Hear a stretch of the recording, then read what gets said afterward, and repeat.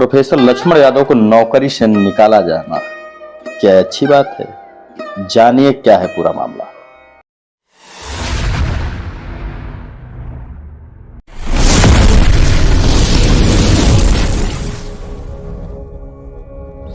मेरे लहजे में जी हजूर न था, इससे ज्यादा मेरा कसूर न था। दिल्ली विश्वविद्यालय के जाकिर हुसैन कॉलेज के असिस्टेंट प्रोफेसर लक्ष्मण यादव ने जैसे ही इन लाइनों के साथ अपने टर्मिनेशन लेटर को सोशल मीडिया पर साझा किया, लोगों का गुस्सा डीयू प्रशासन पर फूट पड़ा। प्रोफेसर लक्ष्मण को नौकरी से निकाल दिया गया है।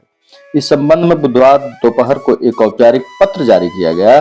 हालांकि पत्र में नौकरी से निकाले जाने का कारण नहीं बताया गया है। College principal professor Narendra Singh ने पत्र में लिखा है कि हिंदी व दर्शन शास्त्र विभाग में एडहॉक पर कार्यरत सभी असिस्टेंट प्रोफेसर की सेवाएं 6 दिसंबर 2023 से समाप्त की जा रही हैं, जिसमें डॉक्टर लक्ष्मण यादव का नाम लिखा गया है। यादव दिल्ली यूनिवर्सिटी में गत 14 साल से पढ़ा रहे थे। बिना किसी वाजिब कारण के बाबा साहब भीमराव अम्बेडकर के परिनिर्वाण दिवस पर नौकरी जाने से प्रोफेसर लक्ष्मण मायूस नजर आए। उनके स्थान पर अन्य प्रोफेसर को नियुक्ति दे दी गई है। प्रोफेसर लक्ष्मण ने एक वीडियो जारी कर कहा कि जैसे जैसे लोग शिक्षित हो रहे हैं, उन्हें दबाने की कोशिश की जा रही है। जो सच बोलेगा वह मारा जाएगा। प्रोफेसर का कहना है लगातार सच बोलने के कारण उन्हें नौकरी से निकाल दिया गया। यह रीति है सरकारों की।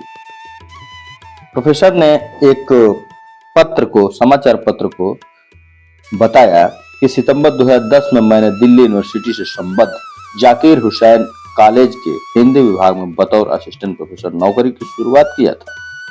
6 सितंबर 2010 को मैंने पहली बार कक्षा में प्रवेश किया। यह मेरे लिए एक सपने के पूरे होने जैसा था। उन्होंने उस समाचार पत्र को बताते हुए कहा, यह सफर काफी लंबा रहा। आजमगढ़ के छोटे से गांव में गाय भैंस चराने वाले का काम करता था। मुझे यह कभी अंदाजा नहीं था कि मैं इस मंजिल तक पहुंच जाऊंगा। मेरे माता पिता और परिवारजनों का इसमें अहम योगदान है। घर के सभी लोगों ने मेरी शिक्षा के लिए कुर्बानियां दी, अपने अपने हिस्से का बलिदान दिया। उन्होंने मेरे लिए सपने देखे। उन्होंने कलम और किताब की अहमियत समझकर मुझे इलाहाबाद यूनिवर्सिटी पढ़ने के लिए भेजा।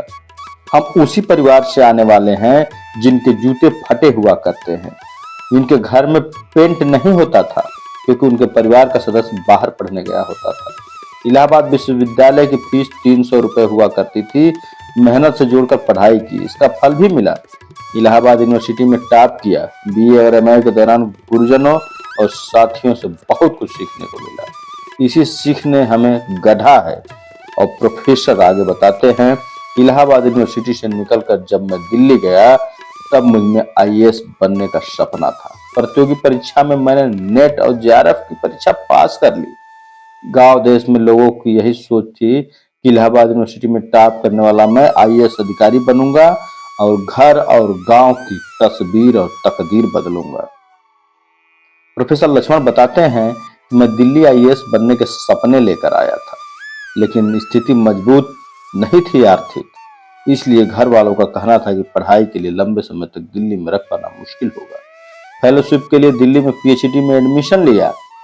हम पीएचडी कर रहे थे, इस दौरान हमने प्रोफेसर बनने का सपना देखा और उस सपने ने हमें उड़ान दी और पहली बार दोस्तों के साथ लक्ष्मीबाई कॉलेज गया था।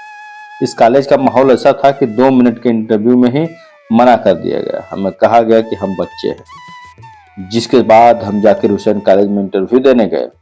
यह तारीख थी 31 अगस्त 2010। मैं अपने दोस्तों के साथ यह निर्णय लेकर के गया था कि इंटरव्यू खराब नहीं होना चाहिए। इस इंटरव्यू में दर्जनों लोगों में मुझे चुना गया। मेरी उम्र महज 21 साल थी।